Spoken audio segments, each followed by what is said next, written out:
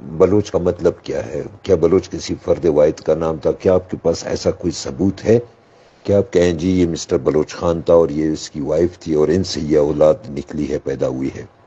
جس طرح ایک غلط فہمی دیکھو بلوچ تاریخ میں پائی جاتی تھی، اس کو کسی حد تک میں نے کم کر دیا ہے، بلکہ تقریباً کم کر دیا ہے۔ میرے اکثر جو بڑے بڑے میرے استاد ہیں، میرے دانشور ہیں، میرے سینئر ہیں، وہ بھی اس بات سے اتفاق کرتے ہیں کہ بابا حمزہ ایک بہت بڑا مسئلہ تھا بلوچوں کے لیے، کہ جس پہ علی شیر خان ٹٹوی کے بعد برطانیہ نے بھی اس سے بڑا فائدہ اٹھایا اور بلوچوں کو میر حمزہ کی نسل قرار دیا، کہ ایک شیر سے غلط فہمی پیدا ہوئی کہ ماں اولاد و ماں میر حمزہ یا جلبان پاش کایوں گو یزید جیڑواں۔ یہ اس ایک شیر سے کتنا ابہام پیدا ہوا تھا بلوچ تاریخ میں، سمجھ نہیں آ رہا تھا کسی کے کہ کیا کریں، اس شخصیت کو کہاں تلاش کریں، ٹھیک ہے نا۔ اب یہ تو حقیقت ہے کہ سارے بلوچ حمزہ کی اولاد نہیں تھے، حمزہ کو عقیدتاً باپ کا درجہ دیا گیا، جیسا ہم کہتے ہیں نا شاعری میں، ماں چاہ کرے اولادیں گوارا میں دلے بندے، یا ہم اسی طرح نصیر خان ہے، عبداللہ خان ہے، جو بھی ہمارے بزرگ ہیں، جو ہمارے مشاعر ہیں، ہم ان کو باپ کا درجہ دیتے ہیں۔ یہ ایک روحانیت کا رشتہ ہوتا ہے، ٹھیک ہے نا، ایک روحانیت کا رشتہ ہوتا ہے۔ اب بلوچ لفظ کو آپ اٹھا کر دیکھیں، میں نے جہاں تک بھی اس کو اسٹڈی کیا ہے، یہ کسی بھی فرد کا نام نہیں رہا، یہ ایک ایڈجیکٹو ہے، اس میں صفت ہے۔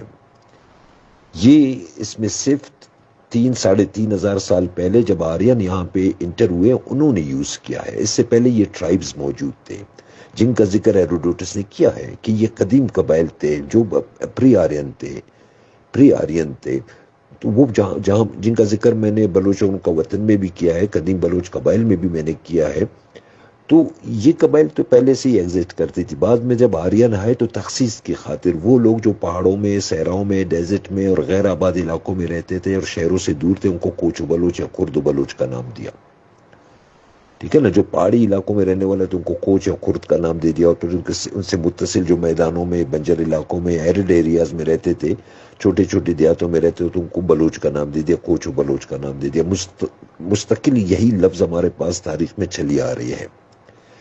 یہ گزشتہ جتنی بھی تاریخ دیکھیں، یہ دونوں الفاظ کرد و بلوچ یا کوچ و بلوچ ایک ساتھ، چاہے عرب رائٹرز ہیں یا پرشین رائٹرز ہیں، انہوں نے ایک ساتھ استعمال کیا ہے۔ اس سے پہلے کیا تھا؟ اس سے پہلے یہ سارے ٹرائبز موجود تھے، میت قبیلہ موجود تھا، میت آج بھی موجود ہے، میت جہاں پہ بھی خود کو بلوچ کہتا ہے۔ آسکانی تھا، آسکانی جہاں پہ بھی موجود ہے، آج بھی خود کو بلوچ کہتا ہے۔ کشانی ہے، ساکازی ہے، پرکانی ہے، کولاچی ہے، مامسنی ہے، مامشی ہے، مری ہے، ایسے لاتعداد قبائل کا تذکرہ ہیروڈوٹس نے کیا ہے۔ یا اوت ہے،